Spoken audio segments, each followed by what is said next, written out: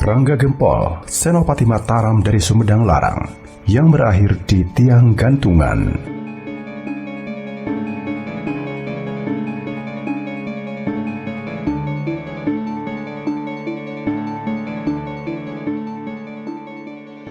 Suradiwangsa atau Rangga Gempol lahir di Dayi Luhur, Sumedang sekitar tahun 1586.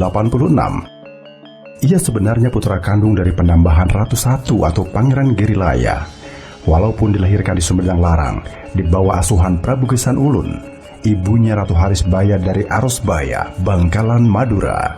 Ceritanya bahkan cukup rumit.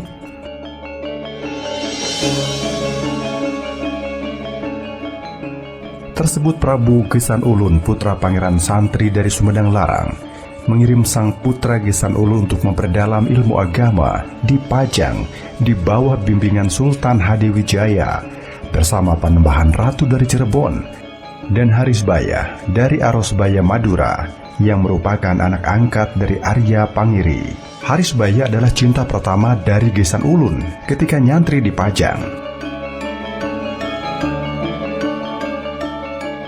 Tetapi apa daya, bila akhirnya Harisbaya diberikan sebagai hadiah oleh Arya Pangiri kepada Panembahan Ratu, Sultan Cirebon, dengan maksud agar ia bersikap netral dan suksesi tahta Pajang pasca wafatnya Sultan Hadiwijaya.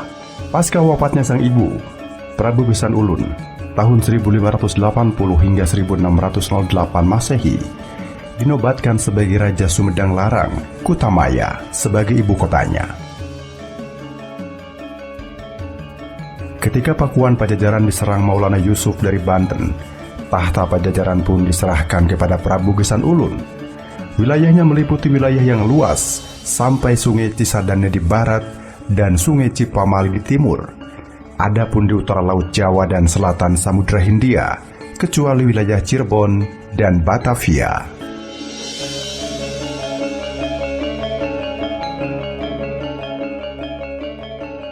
Dalam satu kunjungan ke Demak, Prabu Gesan Ulun singgah di Cirebon untuk menemui Panembahan Ratu. Ketika dalam perjalanan pulang ternyata tanpa sepengetahuannya, Ratu Harisbaya ikut dalam rombongan dan mengancam akan bunuh diri. Akhirnya dibawa pulang ke Sumedang Larang. Karena kejadian itu membuat marah Panembahan Ratu dan mengirim pasukan untuk merebut kembali Ratu Harisbaya, hingga hampir terjadi perang antara Cirebon dan Sumedang Larang. Pertikaian tersebut berakhir dengan perdamaian, di mana Panembahan Ratu rela menceraikan Ratu Harisbaya dengan syarat putra yang sedang dikandung Ratu Harisbaya kelak akan menggantikan Prabu Gesan Ulun, dan Sumedang Larang harus menyerahkan Sindang Kasih atau wilayah Majalengka kepada Cirebon. Sebelum wafat, Prabu Gesan Ulun membagi wilayah Sumedang Larang menjadi dua untuk Suradiwangsa, yaitu Rangga Gempol dan saudara tirinya Rangga Gede, yang merupakan anak kandung Gesan Ulun dari pernikahannya dengan permaisuri Nyimas Cukang Gedengwaru.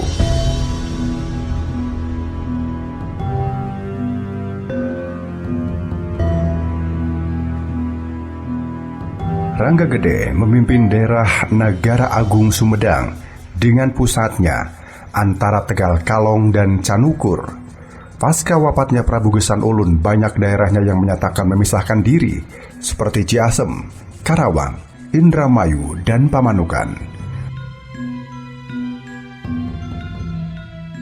Suryadiwangsa atau Rangga Gempol hanya memiliki kendali atas daerah Sukapura, Tasikmalaya, Parakan Muncang atau Cicalengka, dan Ukur, yaitu daerah Bandung Raya.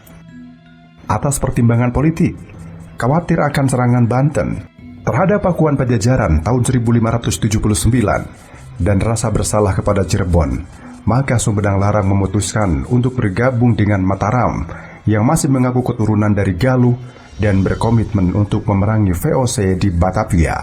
Pada 1620, Suryadiwangsa akhirnya memutuskan untuk menghadap Sultan Agung di Kerto, di mana ia menyatakan Sumedang Larang sebagai bagian dari Mataram, sedangkan status Sumedang Larang turun dari kerajaan menjadi kabupaten di bawah Mataram. Keputusan ini dipilih karena pertimbangan Ibu Suryadiwangsa Harisbaya dibesarkan di Pajang dan berkerabat dengan Sutawijaya, kakek dari Sultan Agung.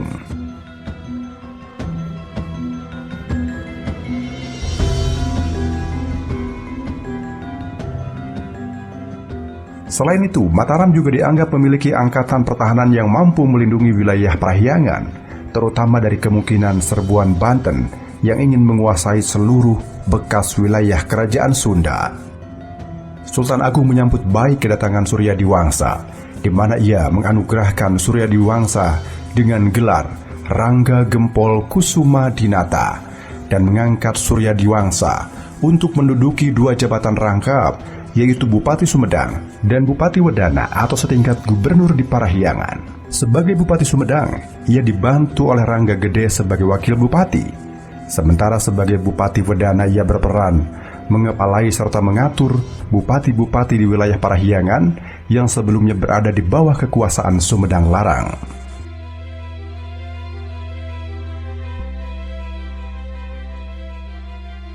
Bergabungnya Sumedang Larang menjadi suatu keuntungan tersendiri bagi Mataram, di mana wilayah Parahyangan menjadi benteng alam dari kemungkinan serbuan Banten ke timur, juga sebagai pemasok perbekalan tentara apabila Mataram berencana untuk menyerbu Banten. Bergabungnya Sumedang Larang juga membantu Sultan Agung lebih memfokuskan upaya Mataram untuk menaklukkan wilayah timur Jawa, khususnya Kadipaten Surabaya, yang menguasai rute perdagangan laut dengan wilayah timur seperti Kepulauan Maluku. Di tahun 1620, Mataram memulai penyerbuan ke Surabaya, di mana penyerbuan itu berlangsung lama dan banyak mengorbankan tentara dalam jumlah besar. Antara tahun 1620 hingga 1623, Mataram sudah mengirim 3 pasukan ekspedisi untuk menaklukkan Surabaya. Namun ketiganya mengalami kegagalan dikarenakan kurangnya persediaan pangan tentara Mataram serta kokohnya pertahanan alam di sekitar Surabaya.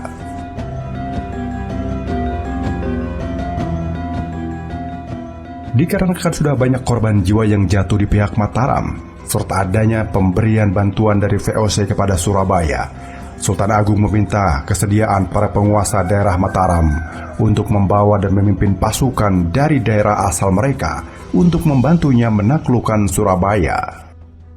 Sultan Agung meminta Rangga Gempol untuk menaklukkan daerah Madura dengan pertimbangan bahwa ia masih berdarah Madura, sedangkan Madura sendiri merupakan pemasok utama persediaan pangan untuk tentara Surabaya selama dikepung oleh Mataram. Serangan pertama Mataram ke Madura tahun 1624 di bawah pimpinan Panglima Perang Pangeran Suyono dan Pangeran Slorong mengalami kegagalan. Para penguasa di Madura bersatu padu untuk menghadapi Mataram di bawah arahan Pangeran Ronggo Sukowati yang berperan memberi petunjuk kepada para pasukan Pamekasan yang bergabung dengan pasukan Sumenep, Madegan, Blega, Arosbaya, dan Kadipaten Mlojo.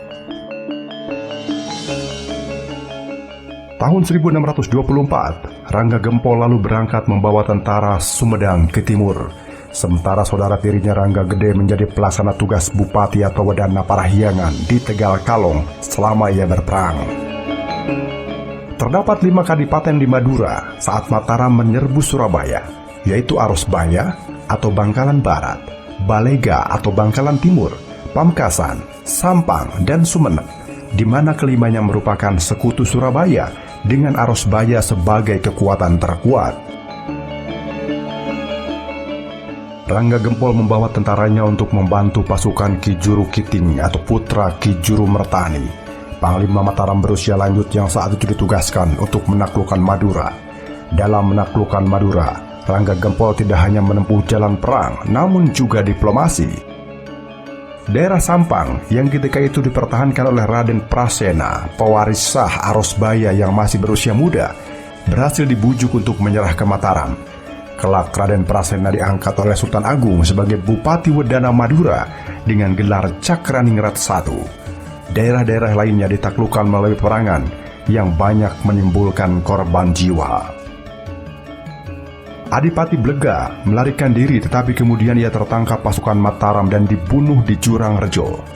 Pangeran Mas Raja di Arosbaya melarikan diri ke Banten, namun oleh Sultan Abdul Mufahir ia diserahkan kepada Sultan Agung di Mataram dan kemudian dibunuh. Raja Sumenep Raden Abdullah yang bergelar Pangeran Cokronegoro I, menantu Pangeran Ronggo Sukowati dari Pamekasan, pergi kepada penguasa Demak. Namun malang nasibnya, sesampai di Palakaran Sampang, Pangeran Cokronegoro I ditangkap dan dibunuh oleh pasukan Mataram. Pangeran Ronggo Sukowati beserta para istri Pangeran Purbaya, Pangeran Jimat serta para abdi keraton Pamekasan semuanya turut gugur. Oleh karena itu, peristiwa penyerangan pasukan Mataram ke Pamekasan disebut juga sebagai perang habis-habisan, yang dalam bahasa Jawa sama artinya dengan puputan. Perang puputan ing Madunten. Bersamaan dengan itu, di Sumedang Larang ketika setengah dari kekuatan militernya pergi ke Madura tahun 1624, datanglah pasukan kerajaan Banten untuk menyerbu Sumedang Larang. Karena Rangga Gede tidak mampu menahan serangan pasukan Banten, ia akhirnya melarikan diri. Kekalahan ini membuat marah Sultan Agung, sehingga ia menahan Dipati Rangga Gede dan pemerintahan selanjutnya diserahkan kepada Dipati Ukur. Sementara itu Rangga Gempol atas jasa-jasanya dalam menaklukkan Madura diperintahkan untuk tidak pulang ke Tegal Kalong, namun menetap di Kerto sebagai pembesar di Keraton Mataram. Para tentaranya yang ikut menetap dengannya lalu membangun kampung Kasumedangan di sekitar Kerto. Rangga Gede pun menjadi Bupati Wedana secara tetap dengan wakilnya Dipati Ukur, dan penaklukan Madura oleh Rangga Gempol di tahun 1624 mengakibatkan Surabaya tidak bisa lagi bertahan dengan mengandalkan pasokan pangan dari sekutunya tersebut.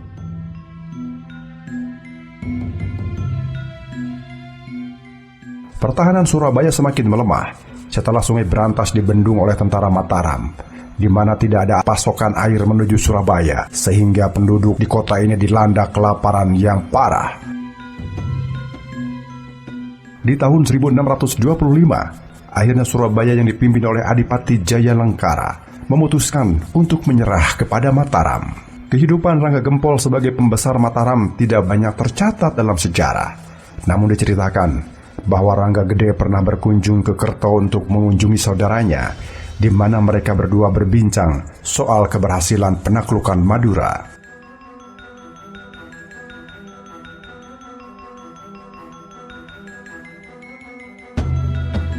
Rangga Gempol berkelakar kalau ia bisa saja menaklukkan Mataram hanya dalam waktu setengah hari. Perkataan Rangga Gempol yang bersifat candaan itu lalu disampaikan ke telinga Dipati Ukur di Parahyangan dan yang mengincar kedudukannya. Lalu melaporkan hal ini ke Keraton Kerto. Sontak Sultan Agung berang setelah mendengar kabar tersebut, di mana ia menganggap Rangga Gempol memiliki sikap yang sangat jumawa dan meremehkan Mataram. Di tahun 1625, Sultan Agung menjatuhkan hukuman mati terhadap Rangga Gempol dengan cara dipancung. Tetapi ia tidak bisa dibunuh. Setiap kali dibunuh hidup lagi, sampai akhirnya diketahui dari seorang pengikutnya bahwa ia hanya bisa dibunuh dengan memisahkan 3 bagian tubuhnya dan menguburnya secara terpisah. Jasadnya dimakamkan di pemakaman Lempuyangan Wangi, yang saat ini terletak di selatan stasiun Lempuyangan, kota Yogyakarta. Kepalanya dimakamkan di Pesarian Widara Manis, Jalan Kerasak nomor 6, Kota Baru. Adapun kakinya dimakamkan di Nitikan. Rangga Gempol dikaruniai 5 anak, yaitu Surya Diwangsa I atau Kartajiwa, Mangunrana, Nyi Sumalintang atau Sudarsah, Nyi Nustawijah, dan Tampangkil. Surya Diwangsa II konon akhirnya mengetahui bahwa yang membocorkan kelemahan ayahnya adalah Rangga Gede, adik tiri ayahnya yang diam-diam bersekongkol dengan Dipati Ukur untuk menjebak ayahnya. Surya Diwangsa II kelak di tahun 1627 berkomplot dengan Sultan Abdul Mufahir dari Banten untuk menyerbu Sumedang dengan tujuan merebut kepemimpinan Parahyangan dari Rangga Gede dan bergabung sebagai wilayah Banten. Meski serbuan ini akhirnya berhasil digagalkan oleh Dipati Ukur.